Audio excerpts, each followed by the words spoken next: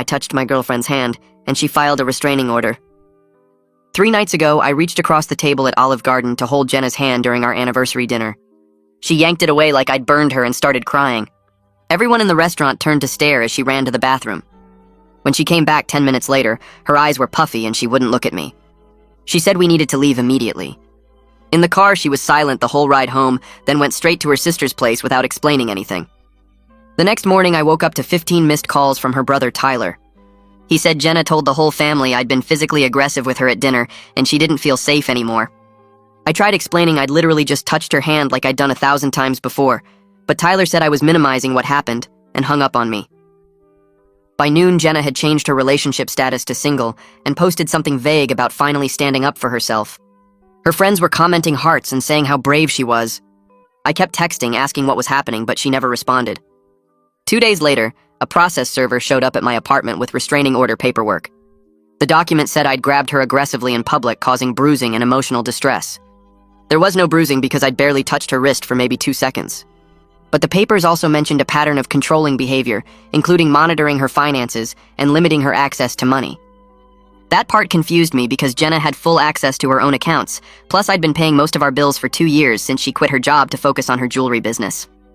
Yesterday, her friend Becca reached out asking if I was okay. She said Jenna had been acting weird lately and something didn't add up. Then Becca forwarded me a text conversation she'd had with Jenna from last week. In the messages, Jenna was asking Becca if she knew any lawyers who could help get a settlement from an ex. Jenna specifically mentioned needing at least $50,000 to cover some debts she hadn't told me about. Becca had replied saying that sounded sketchy, and Jenna should just talk to me about money if she needed help. Jenna's response was that I was too controlling about finances and would never agree to give her that much. Which was strange because I'd never once told her no when she needed money for anything. After seeing those texts, I started piecing things together. 6 months ago, Jenna's jewelry business started getting orders from some company in Nevada. She was excited about finally making real money, but never showed me the actual payments. She just said they were reinvesting everything back into materials and equipment. Around the same time, she started being protective of her phone and taking calls in her car. She said it was just business stuff that would bore me. Then 3 months ago, her cousin Keith moved back to town. Keith had always been trouble with gambling issues and constantly borrowing money from family. Jenna started hanging out with him a lot, saying he needed support getting back on his feet. She'd come home late from helping him with job applications or apartment hunting. I noticed our joint savings had some big withdrawals, but Jenna said it was for jewelry supplies bought in bulk to save money. Last month, things got weirder. Jenna started picking fights about tiny things like how I loaded the dishwasher or which way I faced my shoes by the door. She'd get dramatically upset, then document our arguments in a notebook. When I asked why she was writing everything down, she said her therapist recommended it for processing emotions. But she'd never mentioned seeing a therapist before. The week before our anniversary dinner, she kept trying to get me to admit I had anger issues. She'd say things like, "Remember that time you raised your voice when the internet went out, or how you slammed the car door that one time?" I thought she was just stressed about her business. Now I realized she was building a case. After Becca sent those texts, I called my bank to check my accounts. The joint savings we'd built up over 2 years was down to almost nothing. Jenna had transferred $5,000 just 2 days before our anniversary dinner. The transaction history showed multiple transfers to an account I didn't recognize starting 3 months ago, right when Keith came back. The transfers matched the dates she said she was buying jewelry supplies. I also found out the Nevada company ordering jewelry doesn't exist. The website she showed me was registered to Keith's email address. This morning, Jenna's lawyer contacted me about negotiating a settlement to drop the restraining order. They said Jenna was willing to move forward without pressing charges if we could reach a financial agreement that compensated her for her pain and suffering. The suggested starting point was $50,000. I sit in my apartment staring at the settlement letter. My hands shake with anger at the nerve of demanding exactly the amount Becca's texts mentioned. The lawyer's letterhead looks official and expensive. Jenna's already spending money she doesn't have on this whole scheme. I grab my phone and take photos of everything. The restraining order paperwork, Becca's forwarded texts, the settlement letter with that $50,000 number. I photograph every page twice to make sure the images are clear. My phone's camera roll fills up with evidence. I email copies to myself and save them to 3 different cloud storage services. If something happens to my phone, I need backups of everything. The documentation feels like the only control I have right now. I spread the papers across my coffee table and stare at them until the words blur together. Sleep doesn't come that night. I keep replaying the Olive Garden scene in my head, trying to figure out when Jenna decided to destroy everything we built together. Monday morning arrives and I call my bank before the sun comes up. The fraud specialist answers on the third ring. Her name is Jane and she sounds tired but professional. I explain the situation as calmly as I can manage. My girlfriend filed a false restraining order and I just discovered she's been taking money from our joint account without telling me. Jane asks me to hold while she pulls up my account information. The hold music is some generic jazz that makes my anxiety worse. She comes back on the line and confirms she can see the account. I tell her about the transfers to Keith's account and how they match up with when he moved back to town. Jane walks me through the process of freezing the joint account right away. She explains that both account holders need to agree to unfreeze it, which means Jenna can't access the remaining money. The freeze takes effect immediately. Jane provides documentation of all transfers from the past 6 months. She emails me a detailed statement while we're still on the phone. I watch the email arrive in my inbox. The pattern jumps out immediately once I see all the transactions listed together. Small transfers at first, $200 here, $350 there, then increasingly large amounts as time went on, $1,500, $2,800, $5,000. Every single transfer goes to the same external account. Jane highlights the receiving account number and routing information. She confirms the account belongs to Keith Crawford, based on the name attached to it. My stomach turns seeing the total amount transferred. Over $40,000 gone from our savings in just 3 months. Jane tells me something I didn't know. I can file a police report for unauthorized transfers since Jenna moved money without my knowledge for purposes unrelated to household expenses. She explains that joint account holders have equal access, but using funds for personal gain without the other person knowing crosses into fraud territory. Jane emails me a complete transaction history with dates and amounts and receiving account information. Every detail documented in black and white. I thank her and hang up. Then I spend 2 hours organizing everything into a timeline. I create a spreadsheet with columns for date and amount, and what Jenna claimed the money was for and what it actually funded. The correlation between Keith's return and the missing money becomes impossible to ignore. He moved back to town on March 15th.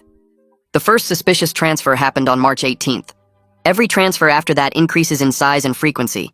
The dates she said she was buying jewelry supplies in bulk match perfectly with when money moved to Keith's account. The fake Nevada business website was registered on March 20th. Everything connects once I lay it out visually. I print 3 copies of the timeline and highlight the key dates in yellow. I reach out to Alec from work through text message. He's been through a difficult divorce 2 years ago and mentioned having a good lawyer who helped him. My text explains the basics without going into too much detail. Alec calls me back within 5 minutes. He sounds concerned and asks if I'm okay. I tell him I'm hanging in there, but I need legal help fast. Alec immediately offers to connect me with his attorney. He warns me not to respond to any communication from Jenna or her lawyer without legal representation. Everything I say can be twisted and used against me in court. Alec learned that lesson the hard way during his divorce. His ex-wife's lawyer took casual text messages and made them sound threatening in front of the judge. He tells me to document everything, but don't engage directly with Jenna or her legal team. Alec texts me his attorney's contact information while we're still talking. His support means more than he knows since I've been feeling completely isolated. Most of our mutual friends sided with Jenna immediately after her social media post. The comments calling me abusive and controlling still sting, even though I know they're based on lies. Alec is one of the few people who bothered to ask for my side of the story. He says he'll put in a good word with his attorney and tell him to expect my call. I call the attorney number Alec sent over. The receptionist answers and I explain that Alec Houston referred me. She transfers me to Jarrett Campbell's office. Jarrett picks up and his voice sounds confident and direct. I give him a brief overview of the situation. False restraining order, fabricated abuse claims, missing money from joint account, text messages showing premeditation. Jarrett asks me to come in for a consultation that afternoon. He specializes in defending against false restraining orders and handles fraud cases. His office is downtown in a building I've driven past 100 times. I arrive 30 minutes early because I can't sit still at home anymore. The waiting room has leather chairs and legal magazines I don't read. Jarrett calls me back at exactly our scheduled time. His office has floor-to-ceiling bookshelves filled with law books. He sits behind a large desk and gestures for me to sit across from him. I hand him the folder I prepared with all my documentation, bank statements, text messages from Becca, photos of the restraining order, my timeline spreadsheet. Jarrett reviews everything carefully without rushing. He takes notes on a yellow legal pad. After 20 minutes, he looks up and tells me this is one of the clearest cases of restraining order abuse for financial gain he's seen in his 15-year career. The documented planning through Becca's texts is damning evidence. The correlation between the fake business and missing money shows clear fraud. Jarrett's confidence gives me hope that I'm not crazy for thinking this whole thing is a setup. He explains that false restraining orders for financial extortion happen more than people realize, but usually there's not this much concrete evidence. Jarrett explains our legal strategy in detail. We need to respond to the restraining order in court within 10 days. Missing that deadline means the temporary order becomes permanent by default. Simultaneously, we'll file a police report for the financial fraud. He says the two cases will support each other. The fraud motive undermines Jenna's credibility on the restraining order. If we can show she had financial reasons to fabricate abuse claims, then the judge will question everything in her petition. Jarrett asks me to walk him through our entire relationship. Every detail matters because Jenna's lawyer will try to find incidents to twist into a pattern of controlling behavior. We spend 3 hours going through everything. How we met at a friend's party, our first date at an Italian restaurant, moving in together after a year, her decision to quit her job and start the jewelry business, my support of her career change, our normal daily routines, arguments we had and how we resolved them. Jarrett takes detailed notes about our financial arrangement. I paid most bills while she built her business. She had full access to her own accounts plus the joint account. I never monitored her spending or demanded receipts. Jarrett says that contradicts her claims of financial control. He asks about the arguments she documented in her notebook. I describe the fights she picked over tiny things, dishwasher loading, shoe placement, normal couple disagreements that she blew out of proportion. Jarrett explains that manufactured arguments won't hold up without corroboration from witnesses. I rack my brain trying to remember anything that could be misinterpreted as aggressive behavior. Jarrett needs to know the worst possible things Jenna's lawyer might bring up. I tell him about times I raised my voice, getting frustrated in traffic when someone cut me off, yelling at the TV during football games when my team lost, slamming the car door once when I was running late for work. None of these incidents were directed at Jenna personally. Jarrett writes everything down and says that's actually important. Her claim of a pattern of controlling behavior needs specific incidents. General frustration with life circumstances isn't the same as aggression toward a partner. The manufactured arguments from her notebook won't hold up without someone else witnessing them. Our apartment building has thin walls. If I was actually yelling at Jenna regularly, the neighbors would have heard. Jarrett plans to get statements from neighbors confirming they never heard fighting or shouting from our unit. He asks about physical affection in our relationship. I describe how we held hands constantly, hugged goodbye every morning, cuddled on the couch watching movies, kissed in public without any hesitation. That pattern of normal affection contradicts her claim that I grabbed her aggressively at Olive Garden. Jarrett says the contrast between our history and her current allegations will be powerful in court. Tuesday afternoon, we go to the police station together. Jarrett wants to be present when I file the report to make sure everything is documented properly. We meet with Detective Colin Watkins in a small interview room. Colin is a middle-aged guy with graying hair and a no-nonsense attitude. He takes the financial fraud seriously once he sees the bank records and text messages. Jarrett presents everything in a clear timeline. The fake Nevada business, the transfers to Keith's account, Becca's texts about needing $50,000, the settlement demand for that exact amount. Colin asks detailed questions about my relationship with Jenna and when things started changing. I walk him through the timeline again. Keith's return, the behavioral changes, the picked fights and documented arguments, the Olive Garden incident and restraining order. Colin explains that extortion through false legal claims is a felony. Using the court system to threaten someone into paying money meets the legal definition. The documented planning makes it worse because it shows premeditation. Colin says he'll need to interview Becca as a witness since her texts are crucial evidence of premeditation. He takes copies of all our documentation and opens an official case file. The case number gives me a small sense that the system is finally taking this seriously. Colin warns that the investigation will take time, but he'll move as quickly as possible given the restraining order hearing deadline. Jarrett makes a phone call from the police station parking lot. He's hiring Georgia Walden, who's a private investigator specializing in financial fraud cases. Her job is to trace where the money went after it left our joint account and document Keith's gambling debts. Jarrett explains that proving Keith's financial desperation strengthens our case. If we can show he owed money to dangerous people, then Jenna's motivation for the scheme becomes even clearer. Georgia answers and Jarrett puts her on speakerphone. Her voice sounds sharp and professional. She asks me basic questions about Keith: full name, last known address, places he might gamble. I tell her what I know from Jenna's stories. Keith had gambling problems for years. He owed money to various casinos. Family members stopped lending to him after he never paid anyone back. Georgia says she has connections with casinos and bookmakers that might show Keith's financial desperation. She's worked similar cases before. Jarrett asks how long the investigation will take. Georgia warns that gathering solid evidence will take at least 2 weeks. She needs to pull records and interview people and verify information. 2 weeks feels like forever when the restraining order hearing is coming up fast.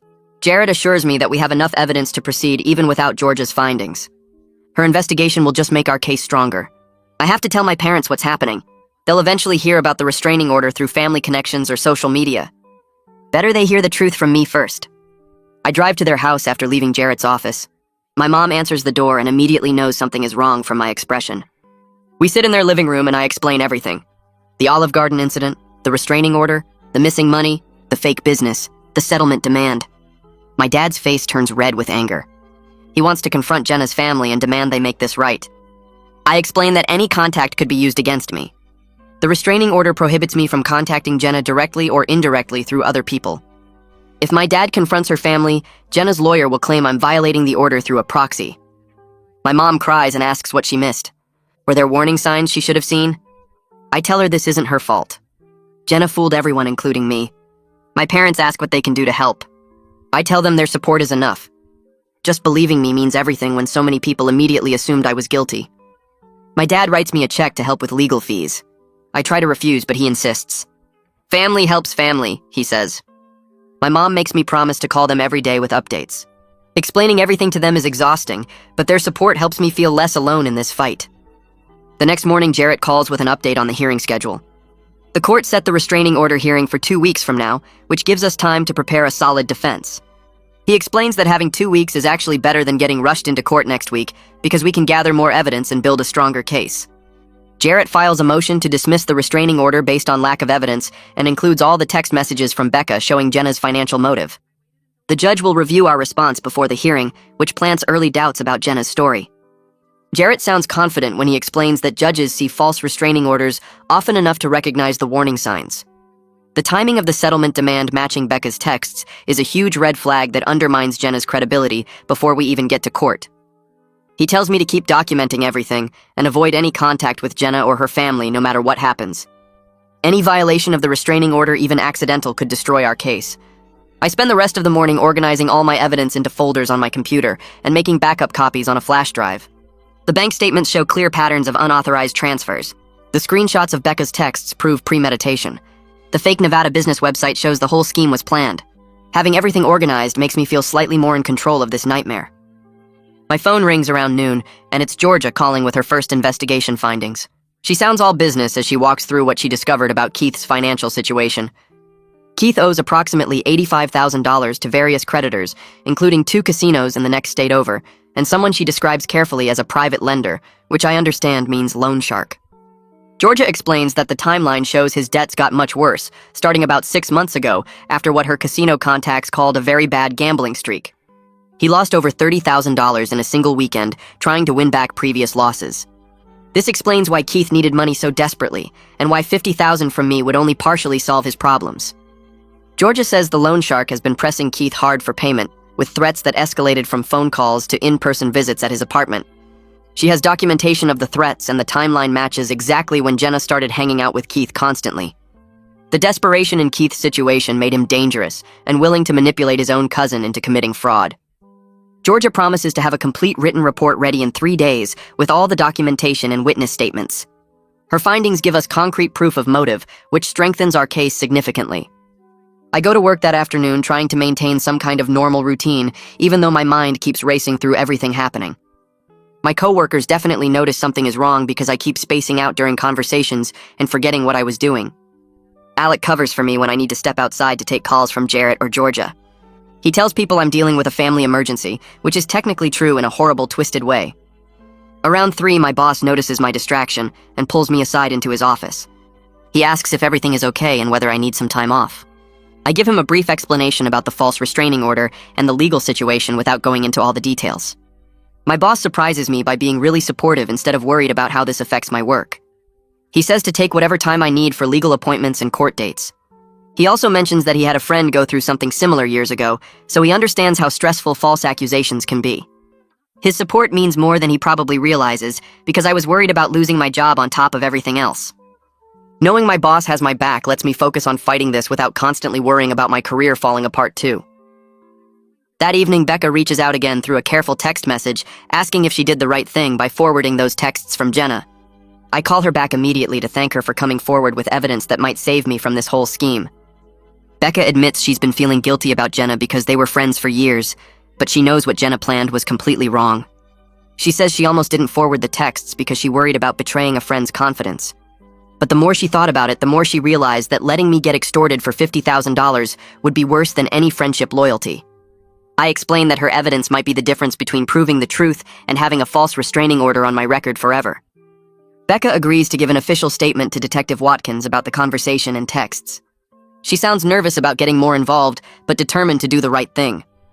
We talk for almost an hour, and she shares more details about Jenna's behavior over the past few months that seemed off. Jenna had become secretive and defensive whenever friends asked about her relationship with me or her jewelry business. She stopped inviting people over to our apartment and always wanted to meet elsewhere. Becca thought maybe we were having relationship problems, but now realizes Jenna was hiding the planning stages of her scheme. The next afternoon, Detective Watkins interviews Becca at the police station, and she provides even more context than I knew about. Apparently, Jenna had asked several other friends about getting money from an ex-boyfriend before she settled on this specific approach. 2 other friends refused to help her find a lawyer because they recognized it as a shakedown attempt. One friend told Jenna directly that making false accusations was illegal and immoral, but Jenna kept shopping around for someone who would help until she found a lawyer willing to take her case. Becca's statement establishes that multiple people knew about Jenna's financial scheme before she filed the restraining order. This proves the whole thing was planned and premeditated rather than a genuine fear response. Detective Watkins says having multiple witnesses who can testify about Jenna's planning makes the criminal case much stronger. He's building a case for conspiracy to commit extortion, which carries serious penalties. The detective also mentions that Jenna's lawyer might not have known about the fraud aspect when he took her case. If the lawyer believed her story about abuse, he was just doing his job. But now that evidence of fraud is coming out, the lawyer might distance himself from Jenna quickly to protect his own reputation. Georgia calls me 2 days later with another major discovery about the fake Nevada jewelry business. She traced the website creation date back to just 4 months ago and found 0 legitimate sales or customer reviews anywhere online.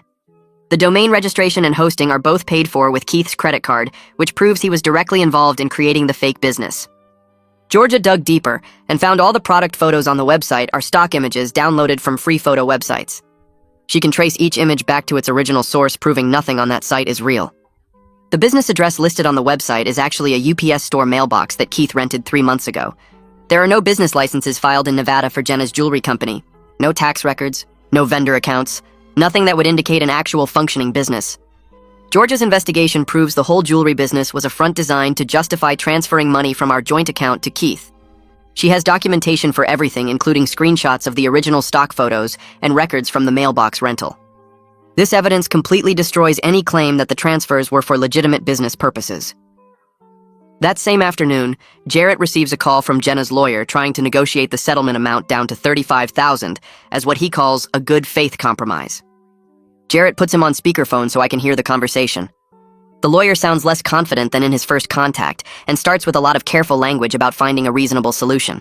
Jarrett cuts him off and states clearly that we're not negotiating any settlement amount. We're seeking full dismissal of the restraining order, plus filing criminal charges for fraud and extortion. The lawyer sounds genuinely surprised that we have solid evidence supporting our position. He tries to backtrack, saying his client may have been mistaken about some details of what happened. Jarrett responds that being mistaken about bruising and controlling behavior while simultaneously demanding exactly $50,000 shows clear intent to defraud. The lawyer gets quiet and says he needs to consult with his client before any further discussion. Jarrett tells him we'll see him in court and ends the call. After hanging up, Jarrett explains that the lawyer's attempt to negotiate down the amount proves they're getting worried about their case falling apart. A confident plaintiff doesn't immediately offer a 30% reduction in settlement demands. I spend the weekend going through old photos and messages from my relationship with Jenna, looking for evidence of our normal, happy times together. My phone and computer have hundreds of pictures of us smiling and holding hands and being affectionate at restaurants and concerts and trips we took. Every photo contradicts her claims of living in fear and being controlled. There are texts from her saying she loves me and thanking me for supporting her jewelry business dreams. Messages about planning our future together and looking at engagement rings. Screenshots of her posting happy couple photos on social media with captions about how lucky she is. I organize everything chronologically to show the progression of our relationship right up until a few weeks before the Olive Garden incident. Jarrett reviews all the photos and messages and says there'll be powerful evidence in court. The documentation shows a completely different relationship than what Jenna is claiming. No woman who genuinely fears her partner posts loving messages and happy photos consistently for 2 years.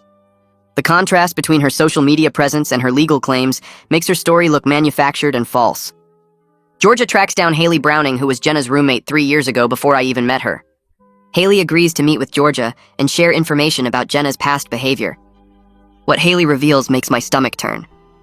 Jenna tried something similar with a previous boyfriend named Dustin, threatening to claim harassment unless he paid her $10,000. Dustin was going through a difficult time financially, and Jenna knew he had recently received an inheritance from his grandmother. She started picking fights with him and documenting their arguments just like she did with me. When Dustin tried to break up with her, she threatened to go to his employer and family with harassment claims unless he gave her money to go away quietly. Dustin paid the $10,000 rather than fight the accusations because he couldn't afford a lawyer and didn't want the drama affecting his job. Haley says she tried to talk Jenna out of it at the time, but Jenna insisted Dustin owed her for wasting 2 years of her life. The fact that the tactic worked apparently taught Jenna she could use false accusations as a money-making scheme. Haley is willing to testify in court about the previous incident and provide text messages from that time showing Jenna's planning. This revelation that Jenna has done this before completely changes how I see our entire relationship. Sitting in my apartment that night processing Haley's information makes me feel sick about how badly I missed the signs. I keep wondering what I overlooked or ignored that should have warned me Jenna was capable of this kind of manipulation. Jarrett calls to check on me and reminds me that con artists are skilled at appearing trustworthy and genuine. They study people and learn exactly what to say and how to act to gain trust. I shouldn't blame myself for believing someone I loved and built a life with. But I still feel foolish for not seeing through her act, especially knowing she practiced this scheme on someone else. Jarrett says that's exactly what Jenna counted on. She knew I trusted her completely and would never suspect her of planning something this calculated and cruel. The people closest to us have the most power to hurt us because we give them access to our lives and hearts. I tell Jarrett I understand logically, but emotionally I'm struggling with feeling like an idiot who got played. He says those feelings are normal and will take time to process, but right now we need to focus on winning in court. Once the legal battle is over, I can work through the emotional aftermath with a therapist. For now, I need to channel the hurt into determination to expose the truth and protect myself from further harm. Detective Watkins called Jarrett 3 days later, saying he'd brought Keith in for questioning about the financial transfers. I drove to the police station to wait outside during the interview, even though I couldn't be in the room. Watkins said Keith showed up with his usual cocky attitude, acting like he had nothing to hide. The detective started by asking about his relationship with Jenna and why she'd been transferring money to his account. Keith claimed the money was legitimate payment for helping Jenna with her jewelry business. He said he'd been handling supply orders and managing her online store for a cut of the profits. Watkins asked him to provide documentation of these business arrangements like contracts or invoices. Keith said everything was done informally since they were family and trusted each other. Then Watkins pulled out Georgia's investigation report showing the Nevada company didn't exist and the website was registered to Keith's email address. Keith's face went pale and he stopped talking. Watkins asked him directly if he'd created a fake business to justify taking money from our joint account. Keith demanded a lawyer and refused to answer any more questions. Watkins told me afterward that Keith's refusal to cooperate actually helped our case by making him look guilty. An innocent person would have explanations and documentation ready. Keith's immediate decision to lawyer up suggested he knew the business was fake and couldn't defend the transfers. My phone rang while I was driving home from the police station. Tyler's name showed up on the screen and my stomach dropped. I almost didn't answer because I wasn't ready for another hostile conversation. But something made me pick up. Tyler's voice sounded different this time, less angry and more uncertain. He said he'd been thinking about the situation and some things didn't add up. Tyler remembered all the times he'd seen me with Jenna over the past 2 years, and I was always gentle and patient with her. He'd never witnessed any controlling behavior or angry outbursts. Tyler admitted their whole family had been worried about Keith's influence on Jenna for months. Their parents noticed she started acting secretive and distant after Keith moved back. Tyler said he didn't want to believe his sister would lie about something this serious, but the evidence I'd shared with the detective made him question her story. He stopped short of saying he believed me completely, but his doubt about Jenna's version of events felt like progress. Tyler asked if I'd be willing to talk to their parents eventually, because they were struggling with not knowing what to believe. I told him I appreciated the call, and I'd think about meeting with them once the legal stuff was settled. After we hung up, I felt a weird mix of relief and sadness. Relief that at least one family member was questioning Jenna's lies. Sad that it took overwhelming evidence for anyone to consider I might be telling the truth. Jarrett scheduled 3 practice sessions to prepare me for the restraining order hearing. We met at his office after work, and he grilled me with hostile questions for 2 hours each time. He warned me that Jenna's lawyer would try to make me seem aggressive or controlling. They'd twist innocent moments into evidence of abuse. Jarrett played the role of her lawyer and asked things like why I monitored the joint account so closely if I trusted Jenna, why I paid most of the bills if I wasn't trying to control her financially, why I got upset about small things like internet outages if I didn't have anger issues. The first practice session was rough because I got defensive and tried to over-explain everything. Jarrett stopped me and said I needed to stay calm and factual, answer the question directly without getting emotional or providing unnecessary details. We practiced again and again until I could respond without my voice shaking or my face getting red. By the third session, I felt more in control. Jarrett taught me to pause before answering hostile questions and to redirect when they tried to twist my words. He reminded me that the judge would see through obvious manipulation tactics if I stayed composed. The preparation helped me feel less terrified about testifying. I still worried about screwing up, but at least I had strategies for handling aggressive questioning. Georgia finished her investigation report and delivered it to Jarrett's office. The document was 40 pages of detailed evidence showing a clear pattern of financial fraud. She'd documented Keith's gambling debts totaling $85,000, including specific amounts owed to 2 casinos and a loan shark. The report included copies of threatening letters Keith received from creditors demanding payment. Georgia traced every transfer from our joint account to Keith's personal account with dates and amounts. She'd found text messages between Keith and Jenna discussing how much money they needed and when to make the transfers. The report included screenshots of the fake Nevada business website with proof that Keith registered and paid for the domain. Georgia interviewed 3 of Keith's former roommates who confirmed his gambling problems and desperate financial situation. She'd even tracked down a casino employee who remembered Keith getting banned for trying to use counterfeit chips. Haley's testimony about Jenna's previous extortion attempt was documented with supporting text messages from 3 years ago.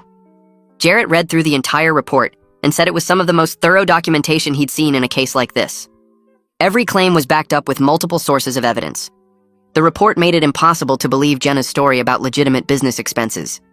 Georgia had connected every dot showing this was a planned scheme to steal money and then extort more through false accusations. 3 days before the hearing, Jarrett called saying Jenna's lawyer filed an emergency motion. They claimed I'd been harassing his client by investigating her background and hiring a private investigator. The motion said this investigation was intimidation meant to silence a domestic violence victim. They wanted the judge to order me to stop all investigation activities immediately. Jarrett said this was a desperate move because they knew our evidence was strong.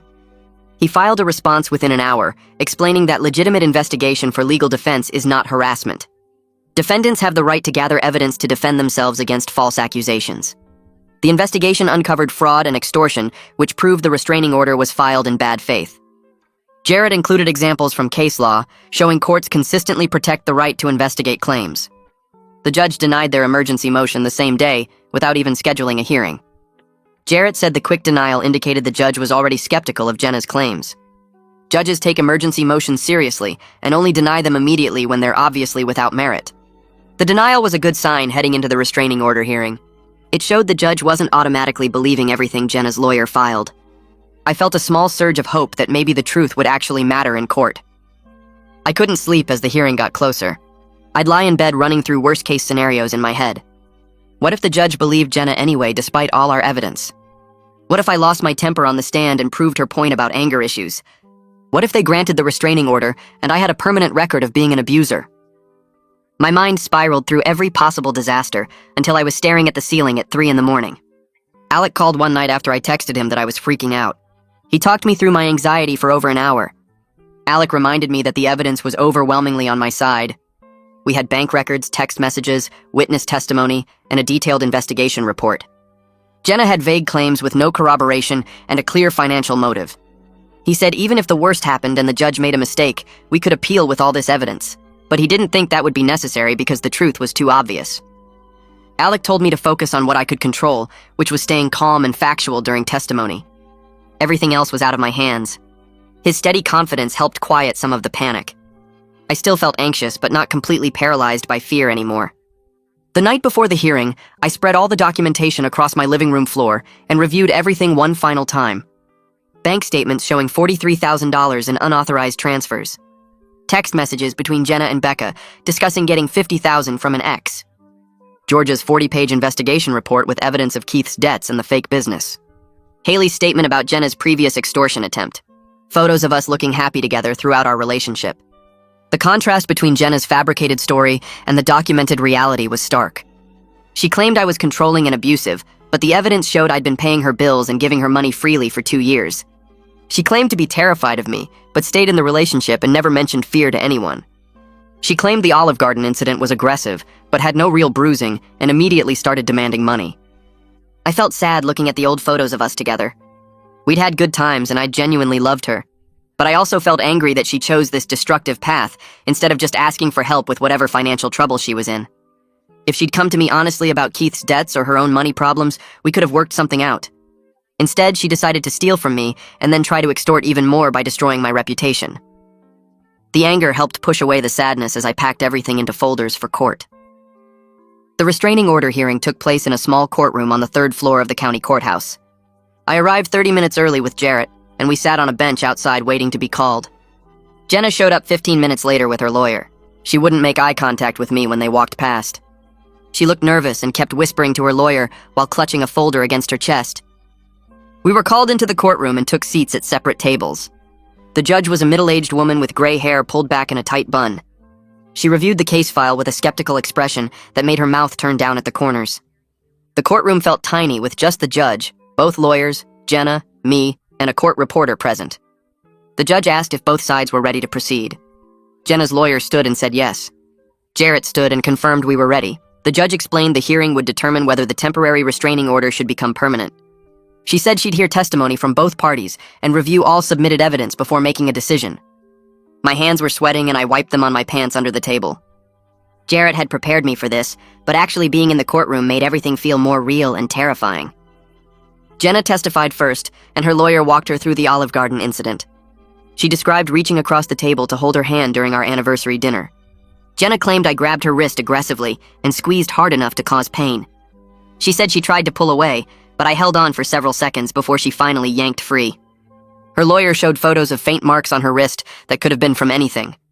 The marks were barely visible even in the photos. Jenna claimed she'd been afraid of me for months due to my controlling behavior with money. She said I monitored every dollar she spent and questioned her purchases. She described my angry outbursts over small things like traffic or sports games. Jenna claimed these outbursts made her feel unsafe even though I never directed anger at her. Her testimony sounded rehearsed, like she'd practiced specific phrases. She used words like pattern of control and emotional abuse that sounded like they came from a legal website.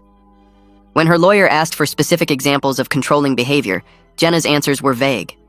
She couldn't name exact dates or provide details beyond general claims. The judge took notes, and her skeptical expression never changed. Jarrett stood for cross-examination and pulled out a folder of photos from our relationship. He asked Jenna about specific happy moments shown in the pictures. There was one from a beach vacation where we were holding hands and laughing. Another from her birthday party where I had my arm around her waist. Jenna struggled to explain why she stayed with someone she feared for 2 years. She said she hoped I would change, and she didn't want to give up on the relationship. Jarrett asked why she never mentioned feeling afraid to any of her friends or family members before filing the restraining order. Jenna said she was ashamed and didn't want people to judge her.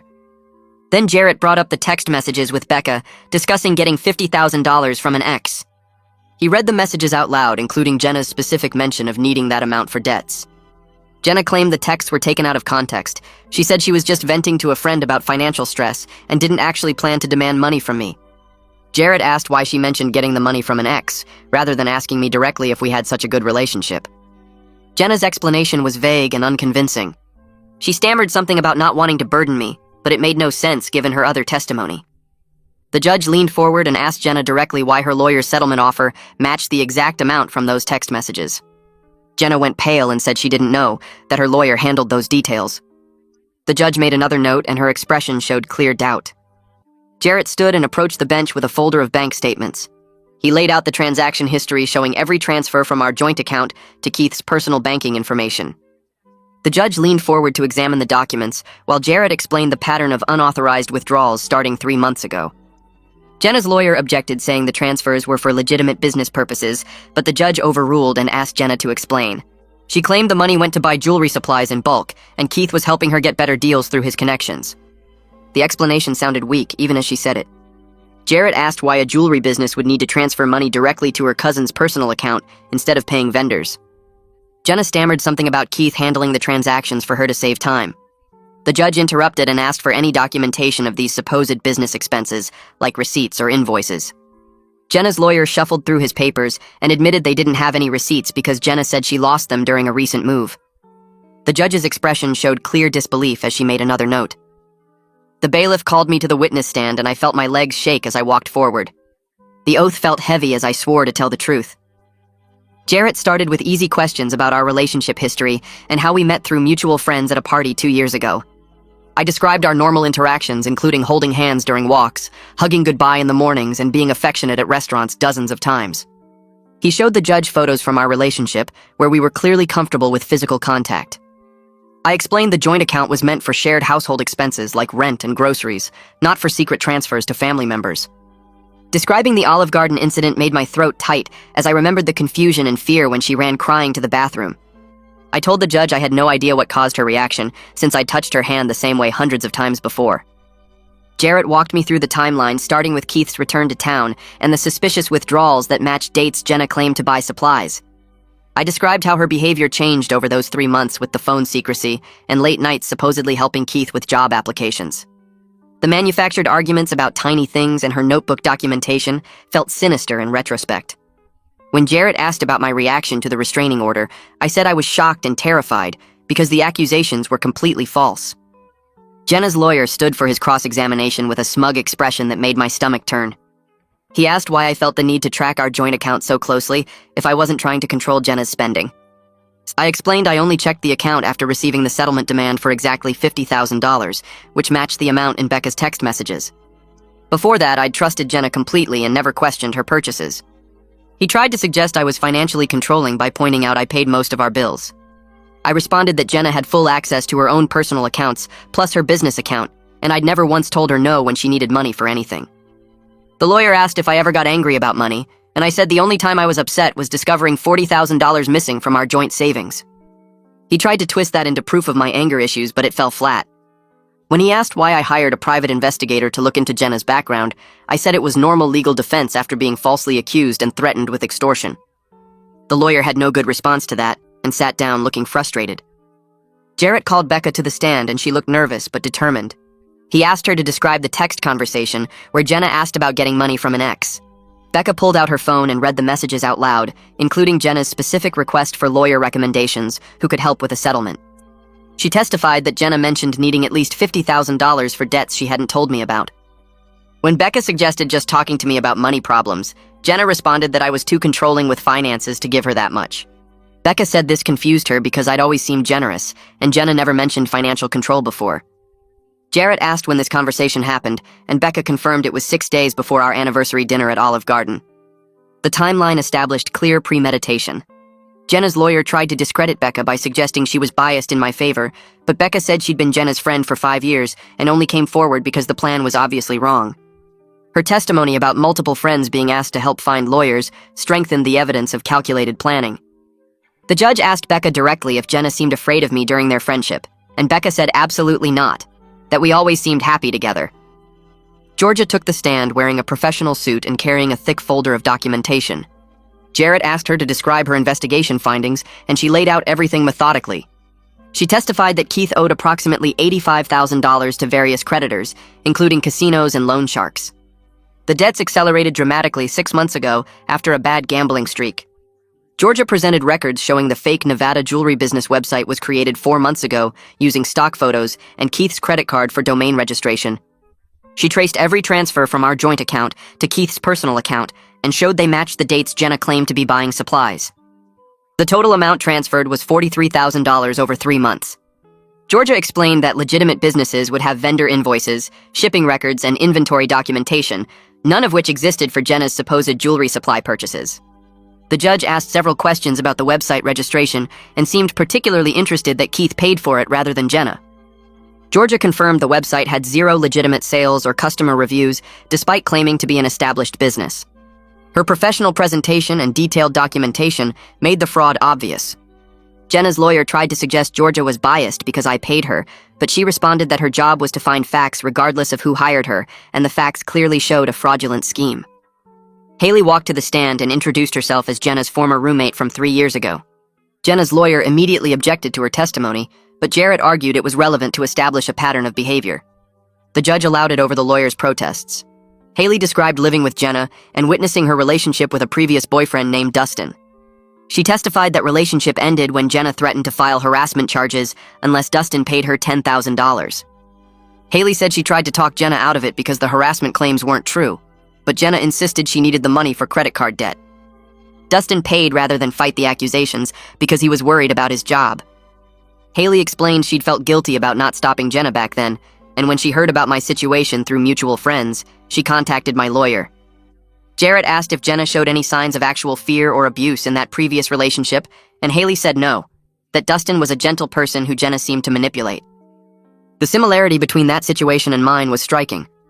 Jenna's lawyer objected again, saying this was character assassination, but the judge said it was relevant evidence of a pattern. Haley's testimony established that Jenna had successfully used false accusations for money before, which apparently taught her the tactic could work on a bigger scale. The judge announced a 15-minute recess to review all the evidence. Everyone stood as she left the courtroom. I sat back down, feeling drained from testifying. Jarrett squeezed my shoulder and said the evidence presentation went as well as he'd hoped. Jenna and her lawyer huddled in the corner, whispering urgently. She looked pale and kept shaking her head at whatever he was saying. Becca came over and asked if I was okay. I thanked her again for coming forward because without those text messages, everything would have been much harder to prove. The 15 minutes felt like an hour. When the bailiff called us back, the judge entered with a stern expression that made my heart pound. She stated that after reviewing all testimony and documentation, the evidence overwhelmingly suggested the restraining order was filed in bad faith as part of a financial extortion scheme. My breath caught as she continued.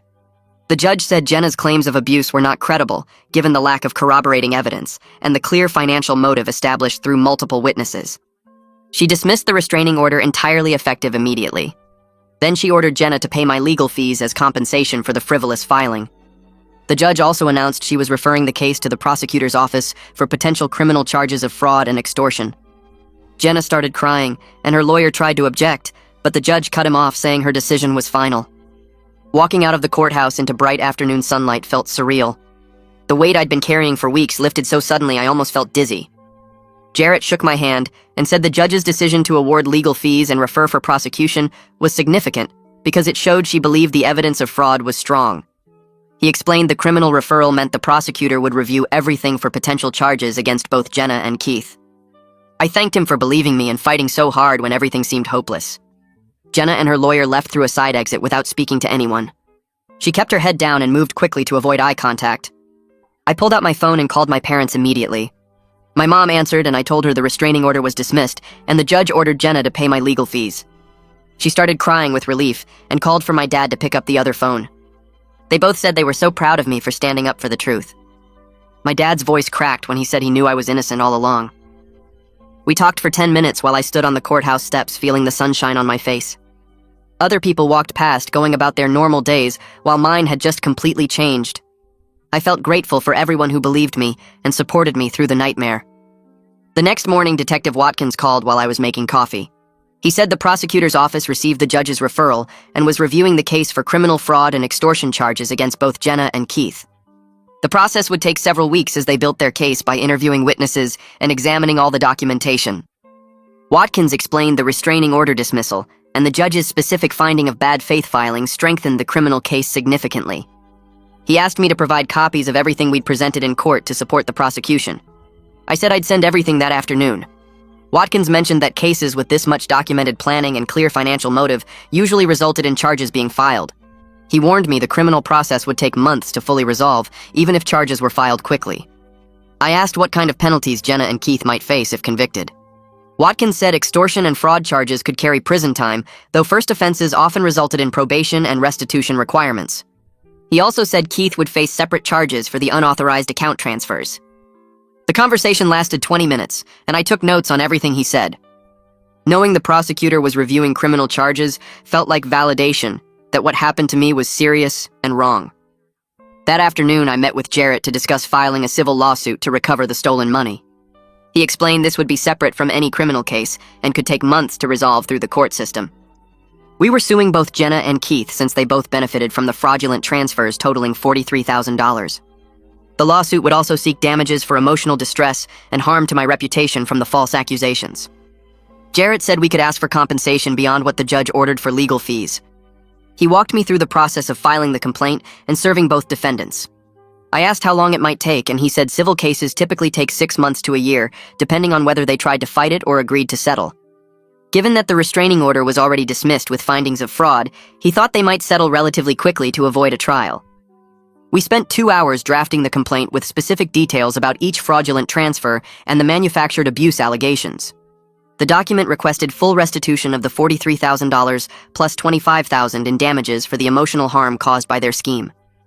Jarrett said he'd file it with the court tomorrow, and we'd have the defendants served within a few days. Having a plan to recover the stolen money made me feel more in control after weeks of feeling helpless. 2 days after the civil lawsuit was filed, Tyler called me around 8 in the morning. His voice sounded different from the last time we talked, quieter and less angry. He asked if we could meet for coffee that afternoon to talk about everything that happened. I agreed, and we met at a place near his apartment. Tyler looked tired when he walked in, like he hadn't been sleeping well. He sat down across from me and immediately apologized for how he reacted when Jenna first told the family about the restaurant incident. He said he felt terrible for not hearing my side before assuming I was guilty. Tyler explained that his parents were devastated when they found out what Jenna had done. The whole family had trusted her story completely, and now they felt foolish for not asking more questions. He told me their parents cut off all financial support to Jenna until she takes full responsibility for what she did. They were particularly angry about Keith's involvement, since they'd warned Jenna for years that he was bad news. Tyler said Keith was now banned from all family events and gatherings. His apology helped more than I expected, because being immediately labeled as guilty by her whole family had hurt almost as much as Jenna's betrayal itself. Tyler stayed for an hour, and we talked about how the whole situation unfolded. He admitted there were signs something was off with Jenna, but nobody wanted to believe she was capable of something this calculated. Before he left, Tyler said he hoped we could stay in touch because he respected how I handled everything legally instead of trying to get revenge. Over the next few days, word spread through our mutual friend group about what really happened. My phone kept buzzing with messages from people I hadn't heard from in weeks. Sarah texted to apologize for the harsh comments she left on Jenna's social media posts supporting her. Mark called to say he always thought the story seemed weird, but didn't want to be the guy who doubted a woman reporting abuse. 3 other friends sent similar messages, admitting they felt uncomfortable with how quickly everyone believed Jenna without any evidence, but they stayed quiet because they didn't want to seem insensitive. I understood their initial reactions, even though it stung that nobody reached out to hear my perspective before choosing sides. What mattered now was that they were willing to acknowledge the truth and apologize. A few people who had been especially vocal in supporting Jenna just quietly unfriended me on social media, rather than admit they were wrong. I noticed their profiles disappearing from my feed and realized some people would rather avoid accountability than have an awkward conversation. The apologies from friends who did reach out felt genuine, though, and several said they learned an important lesson about waiting for evidence before jumping to conclusions. 3 weeks after the restraining order was dismissed, Watkins called to give me an update on the criminal case. The prosecutor's office had finished reviewing all the documentation and decided to file formal charges against both Jenna and Keith. They were being charged with conspiracy to commit extortion and financial fraud, which carried potential prison time, though Watkins said first offenders usually got probation and restitution instead. He explained that the documented planning through text messages and the fake Nevada business made the case particularly strong. Haley's testimony about Jenna trying the same scheme with a previous boyfriend 3 years ago also helped convince the prosecutor this wasn't just a misunderstanding.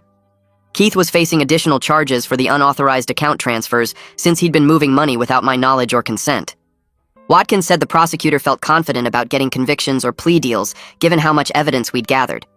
He warned me the criminal process would take months to fully resolve with court dates and possible trials. I asked what would happen if they were convicted, and Watkins explained they'd likely face 3 to 5 years probation, community service requirements, mandatory restitution payments, and possibly short jail sentences depending on the judge.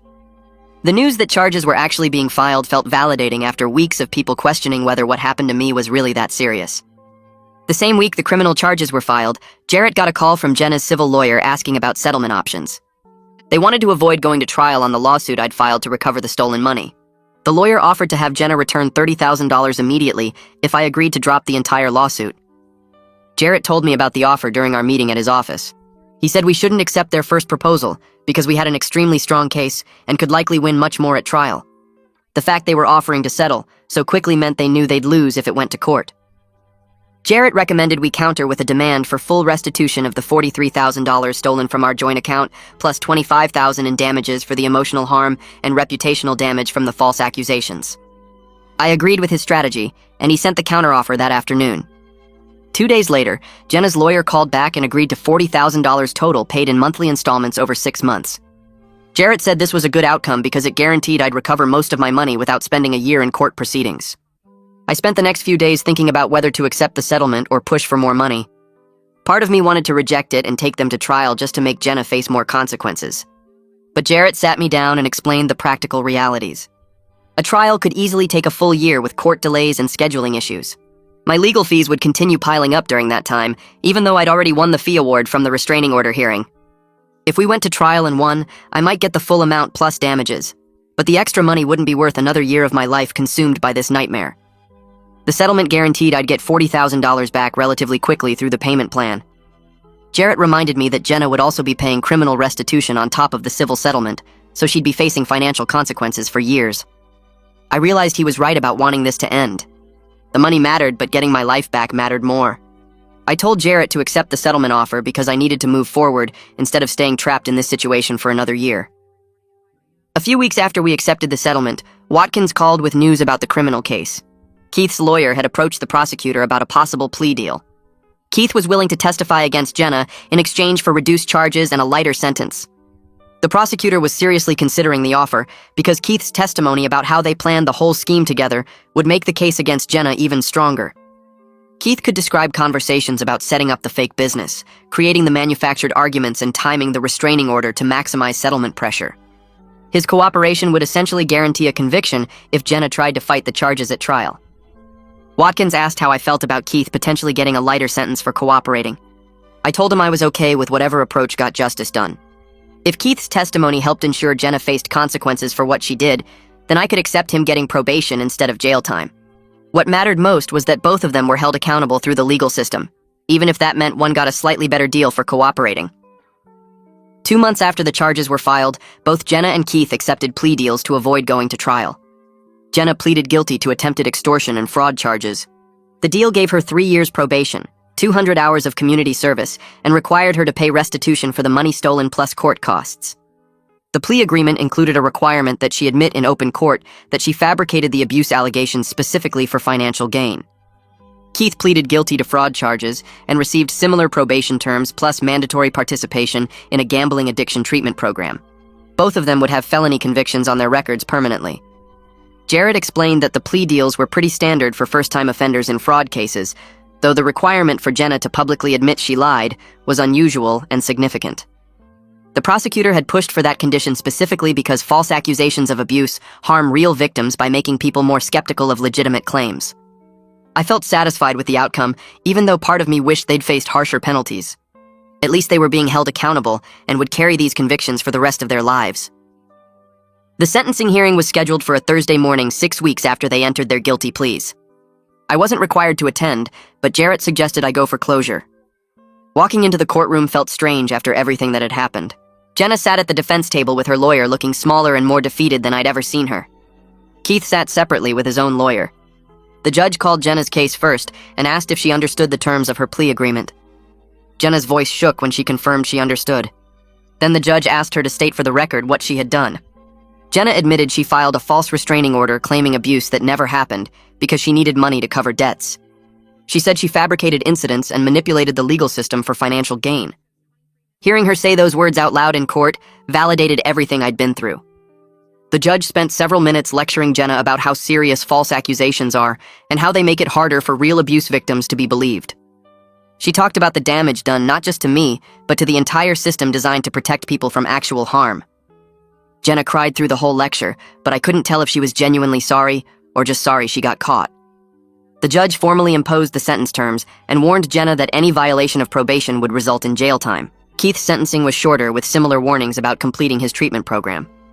The week after the sentencing hearing, I scheduled my first appointment with a therapist who specialized in trauma from betrayal and false accusations. Sitting in her office felt awkward at first because I'd never been to therapy before. She asked me to describe what happened, and I walked through the whole timeline from the Olive Garden incident to the sentencing.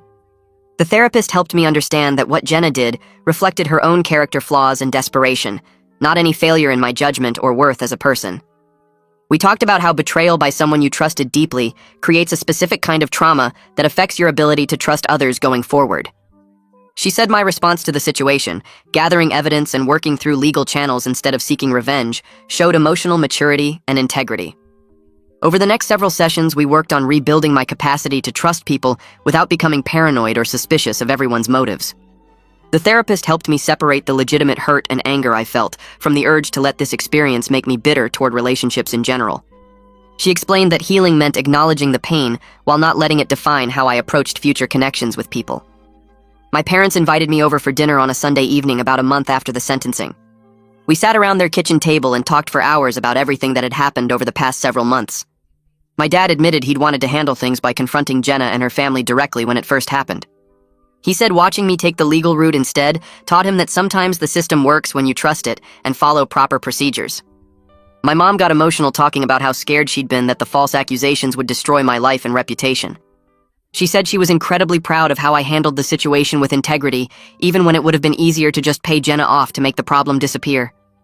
Both of them emphasized that they never doubted my innocence for a second. Having their unwavering support throughout the ordeal had been crucial to getting through it without falling apart. My dad raised his glass and toasted to justice and truth prevailing over lies.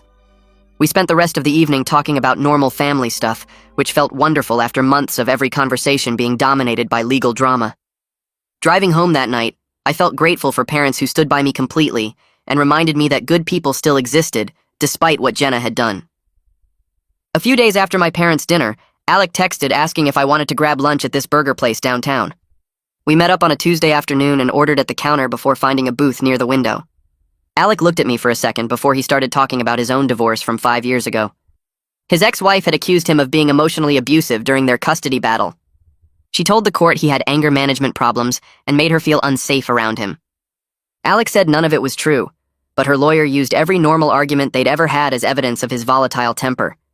He ended up losing primary custody of his daughter because the judge believed his ex-wife's version of events.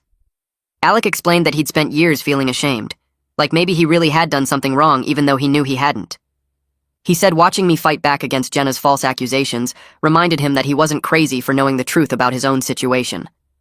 We talked about how society automatically believes accusations without waiting for evidence, and how that default assumption becomes a weapon for manipulative people who know how to exploit it. Alec said his friendship with me through this whole mess had actually helped him process his own experience in a healthier way. I told him his support meant everything to me, especially during those early weeks when I felt completely alone and questioned my own memory of events. We finished our burgers and headed back to work feeling lighter than we had in months. 2 weeks later, I checked my bank account and saw a deposit for $8,000 with a reference number matching the settlement agreement. I stared at the screen for a minute before it really hit me that Jenna had made the first restitution payment. I drove to the bank that afternoon and asked to move the money into my savings account.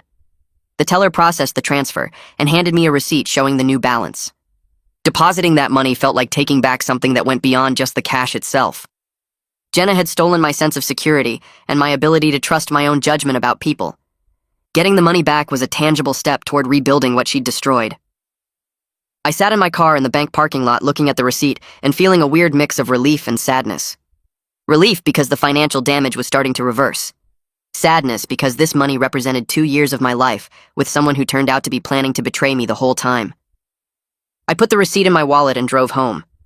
The settlement required monthly payments for the next 6 months until the full $40,000 was repaid. I made a note on my calendar to check for each payment and started thinking about what I'd do once my savings was back to where it should be. Becca called me on a Saturday morning about a month after the sentencing. She asked if we could talk, and I said sure.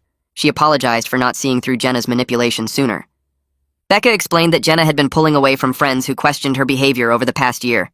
Anyone who asked too many questions about the jewelry business or Keith's involvement got slowly frozen out of Jenna's life. That's why Becca didn't know the full extent of what was happening until she saw those texts about getting money from an ex. She said she felt guilty for not pushing harder when things seemed off. I told Becca she had nothing to feel guilty about. I thanked her again for coming forward with the text messages because without that evidence, everything would have been much harder to prove. Those texts were the first concrete proof that Jenna was planning something before the Olive Garden incident even happened. Becca said she was glad she could help and asked how I was doing. We talked for another 20 minutes about normal life stuff, work and hobbies and mutual friends. Before we hung up, we agreed to stay in touch and maybe grab coffee sometime. It felt good to maintain a connection with someone from that part of my life who had actually done the right thing when it mattered. I was at the grocery store picking up stuff for dinner when I ran into Sarah, one of Jenna's close friends from college. She was in the produce section, and our eyes met across the lettuce display. Sarah walked over looking uncomfortable and immediately started apologizing for the harsh things she'd posted on social media supporting Jenna. She said the whole friend group felt foolish now for not questioning the story more critically. Sarah admitted they'd all just assumed Jenna was telling the truth because she was their friend, and women don't lie about abuse. She'd learned a hard lesson about the difference between supporting a friend and participating in destroying someone's reputation without evidence. I told Sarah I understood the instinct to support a friend in crisis. I'd probably have done the same thing if someone I cared about came to me with abuse allegations. But I said I hoped she'd be more careful in the future about joining public accusations without waiting to see proof. Sarah nodded and said she definitely would be. We made awkward small talk for another minute about the weather, and then went our separate ways. Walking to the checkout line, I felt oddly okay about the interaction. Sarah had owned her mistake and apologized sincerely. That was more than a lot of people do when they realize they were wrong. Tyler sent me a text 2 days later, asking if I wanted to meet for coffee. We met at a Starbucks near his office on a Wednesday afternoon. Tyler looked tired when he sat down across from me. He said his whole family had been going to therapy trying to deal with the aftermath of what Jenna did. Their parents were struggling with guilt about not recognizing Keith's bad influence on Jenna sooner. Tyler's mom kept saying she should have seen the warning signs and intervened before things got this far. Tyler explained that his parents wanted to understand what happened from my perspective. He asked if I'd be willing to meet with them to help everyone get some closure. I thought about it for a minute. Part of me wanted nothing to do with Jenna's family ever again, but another part recognized that they were victims of her lies too. I told Tyler I'd be willing to meet with his parents if it would help them process everything. We set up a time for the following week at a coffee shop halfway between our places. Tyler thanked me and said he appreciated me being willing to do this even after everything that happened. I told him I didn't blame his parents for their daughter's choices, and maybe talking would help everyone move forward. The meeting with Jenna's parents happened on a Sunday afternoon at a quiet coffee shop, with big windows and comfortable chairs. Her mom and dad were already sitting at a corner table when I arrived. They both stood up when they saw me, and her mom immediately started crying. They apologized over and over for Tyler's hostile reaction when this all started, and for not questioning Jenna's story more carefully. Her dad said they'd raised Jenna to be honest, and they couldn't understand how she'd turned into someone capable of this kind of manipulation. Her mom kept saying she was sorry through tears. I sat down and told them I didn't blame them for what their daughter chose to do. Parents can't control their adult children's decisions no matter how well they raise them. I explained what had happened from my perspective, walking through the timeline of events and the evidence we'd gathered. They listened quietly and asked a few questions about specific details. Her dad wanted to know if I thought Keith had corrupted Jenna or if she'd always been capable of this. I said honestly I didn't know. Maybe Jenna had always had this side to her and I just never saw it. Or maybe desperation and Keith's influence pushed her into something she wouldn't have done otherwise. We talked for over an hour, and by the end everyone seemed calmer. Her mom hugged me before they left and said she was sorry again. I told her I appreciated the apology, and I hoped they could all find peace with what happened. We parted on good terms with mutual understanding that sometimes bad things happen even in good families. 6 months passed after the restraining order got dismissed. I was doing much better emotionally than I'd been at any point during the whole ordeal. The therapy sessions had helped me process the betrayal without letting it poison my ability to trust people going forward. My therapist and I worked through understanding that Jenna's actions reflected her own character flaws, not some failure in my judgment. I'd started dating casually again, meeting people through apps and friends. I was more cautious now about financial boundaries and watching for red flags and behavior patterns, but I wasn't letting fear stop me from connecting with people. My friends commented that I seemed lighter, like a weight had been lifted off my shoulders. Alex said I smiled more at work and seemed less tense during meetings. My parents noticed the change too when I visited them for dinner. My mom said I looked happier and more relaxed than I had in over a year. I felt like myself again for the first time since the Olive Garden incident. The experience had changed me but not broken me. I'd learned hard lessons about trust and evidence and standing up for the truth. Those lessons made me stronger even though learning them had been painful.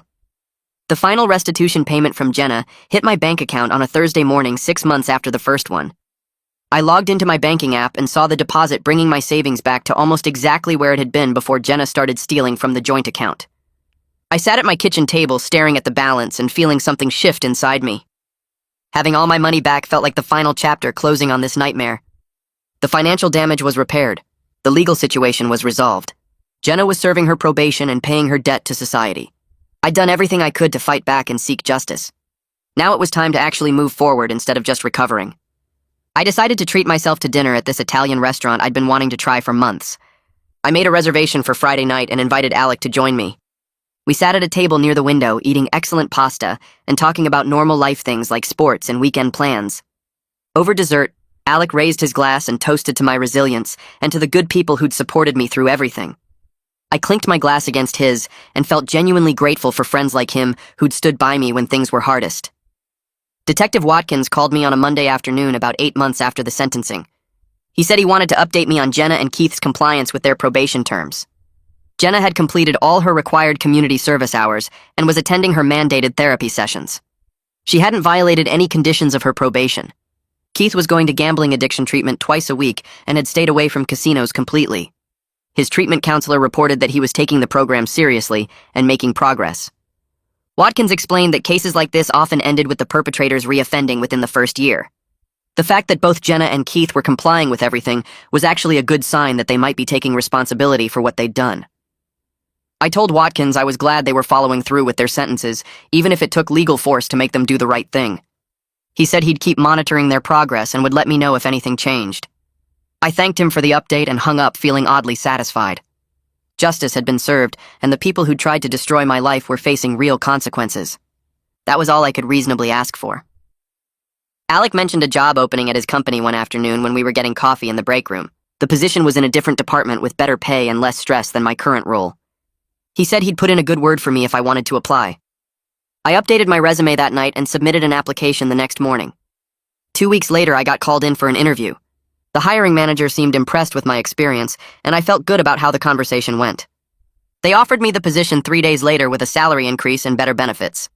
I accepted immediately and put in my notice at my current job. Starting fresh at a new company felt like the perfect next step. My new coworkers didn't know anything about what I'd been through with Jenna and the false accusations. I could just be a regular person doing good work without the shadow of that whole nightmare hanging over me. On my first day at the new job, I introduced myself to my team and dove into learning the systems and processes. Nobody asked about my personal life or why I'd left my previous company. I was just the new guy who seemed competent and friendly. That anonymity felt wonderful after months of being defined by the worst experience of my life. A few weeks after starting my new job, I saw a flyer at the coffee shop near my apartment, advertising volunteer opportunities with a legal aid organization that helped people facing false accusations. I wrote down the phone number and called that evening to ask about getting involved. The coordinator said they needed volunteers who could share their experiences and help others navigate similar situations. I scheduled an orientation meeting for the following week and showed up feeling nervous but ready to turn what happened with Jenna into something useful. The organization paired me with people who were dealing with fraudulent restraining orders or false claims, and I walked them through the documentation strategies that had worked for me. Helping someone else gather bank records and text message evidence to prove their innocence felt like taking back power from what Jenna had tried to do to me. One guy I worked with was facing accusations from his ex-wife, who was trying to gain leverage in a custody battle, and I spent hours showing him how to organize a timeline and collect witness statements. When his restraining order got dismissed 3 months later, he called to thank me and said my help had saved his relationship with his kids. That moment made all the pain I'd gone through feel worth something bigger than just my own story. Tyler reached out about grabbing lunch one Saturday afternoon, which surprised me since we hadn't talked much since everything went down with Jenna. We met at a burger place downtown, and he apologized again for how he'd reacted initially when Jenna made her accusations. He said watching the whole situation unfold had completely changed how he thought about believing accusations without evidence. Tyler told me he'd been reading about false allegations and due process, and he wanted to do something to help other families avoid the damage his family had experienced. We talked for 2 hours about starting a support group for families affected by false accusations from both sides, where people could share their experiences and learn from each other. He said his parents would probably want to be involved too, since they felt terrible about how quickly they'd believe Jenna without asking questions. We exchanged numbers and agreed to meet monthly for lunch or to catch a game, which felt weird but also good. Tyler had become an unlikely friend through the worst experience of my life, and our friendship reminded me that good things could come from terrible situations if you stayed open to them. I called up some friends I'd drifted away from during my relationship with Jenna and suggested we get together for drinks. Mark and Chris showed up at the bar, and we spent the first hour catching up on their lives before they asked how I was doing after everything. Mark admitted they'd both thought Jenna was isolating me from friends, but didn't know how to bring it up without causing problems. Chris said he'd noticed I stopped showing up to game nights and always had excuses about being busy with Jenna's jewelry business stuff. They both felt guilty for not saying something sooner, but I told them I probably wouldn't have listened anyway since I was convinced everything was fine. We made plans to start a weekly game night again and to stay in better touch going forward. Having that friend group back reminded me how important it was to maintain relationships outside of romantic ones. Mark joked that they'd be doing background checks on anyone I dated in the future, and we all laughed, but there was some truth to it. These were people who genuinely cared about my well-being and would speak up if they saw red flags, which felt valuable after missing so many warning signs with Jenna. On what would have been our 3-year anniversary, I woke up expecting to feel sad or angry, but instead felt grateful. I made coffee and sat on my balcony thinking about how different my life would be if I'd married Jenna like I'd been planning to do. We talked about getting engaged that year, and I'd been saving up for a ring before everything exploded. If the truth hadn't come out when it did, I might have married someone who was actively stealing from me and planning to extort me for money. I felt grateful the whole scheme fell apart before we had kids or bought a house together. I was grateful for people like Becca who came forward with evidence even though it was uncomfortable. I was grateful for Tyler's eventual support and for friends like Alec who stood by me without hesitation. Most of all, I was grateful I'd fought back instead of just paying the $50,000 to make the problem disappear. Taking the easy way out would have let Jenna and Keith get away with their scheme and probably encouraged them to try it again with someone else. Fighting back had been exhausting and scary, but it taught me that integrity and evidence matter more than convenience or comfort. I got a message through the legal aid organization from someone named Dustin who said he'd heard about my case and needed advice. He was facing false accusations from his girlfriend who claimed he'd been abusive, and he had evidence suggesting she was lying to get money from him. I called Dustin that evening, and we talked for over an hour about the steps I'd taken to prove the truth. I walked him through the importance of documenting everything, saving all communications and gathering financial records before they could be destroyed. Dustin said his girlfriend had been acting weird lately and picking fights over nothing, which sounded exactly like what Jenna had done to build her case. I told him to hire a good lawyer immediately and to start working with a private investigator to trace where money was going. He thanked me multiple times and said talking to someone who'd been through something similar gave him hope that he could fight back successfully. After we hung up, I felt a sense of purpose that I hadn't expected. Sharing my story and the strategies that worked could actually protect other innocent people from the same kind of manipulation I'd faced. My parents hosted a family dinner a few weeks later to celebrate my new job and fresh start. My brother and sister showed up with their families, and we all sat around the dining room table eating my mom's famous lasagna. My sister joked that she was going to run full background checks on anyone I dated from now on, and my brother said he'd personally interview them before I could make things official. Everyone laughed, and I felt genuinely happy surrounded by people who'd never doubted me, even when things looked bad. My dad raised his glass and toasted to family standing together through hard times, and my mom got teary talking about how proud she was of how I'd handled everything. My nephew asked what we were celebrating, and my sister told him Uncle was starting an exciting new job, which was a simpler explanation than the whole truth. The evening reminded me that family support was invaluable during the hardest moments of life. These were people who would always have my back no matter what happened, and that foundation made it possible to rebuild after everything Jenna had tried to destroy. I booked a solo vacation to a beach town in Florida to clear my head and process everything that had happened over the past year.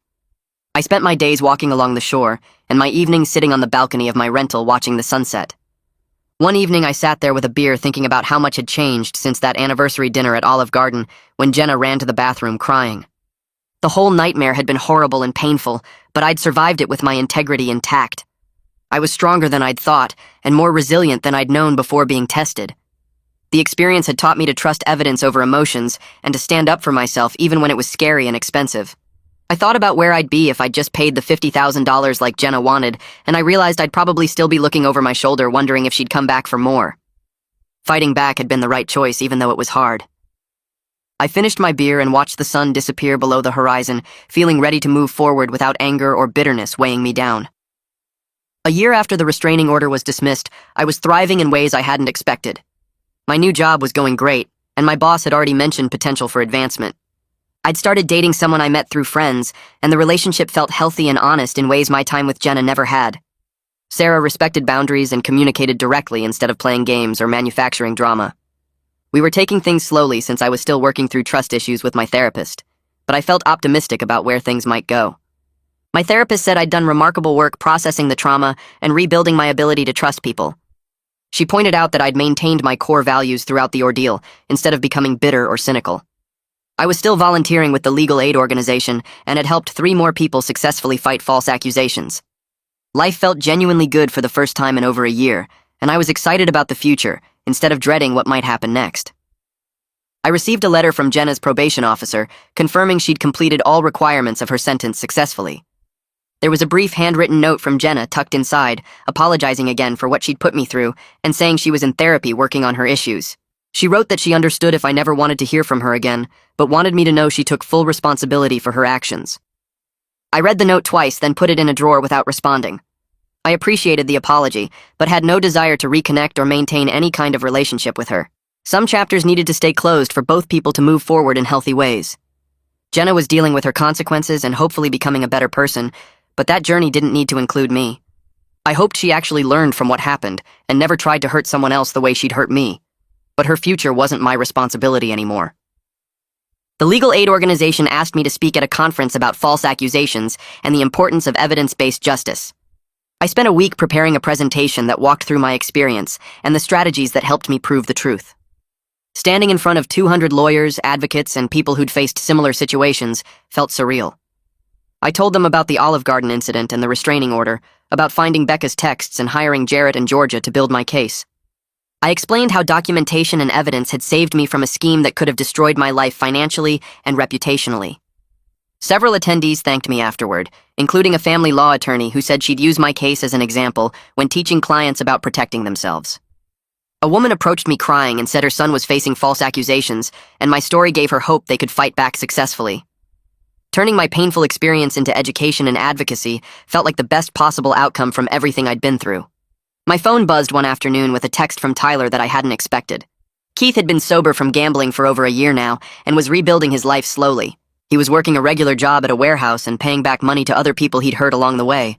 Tyler said Keith asked about me sometimes and wondered if I'd ever want to talk.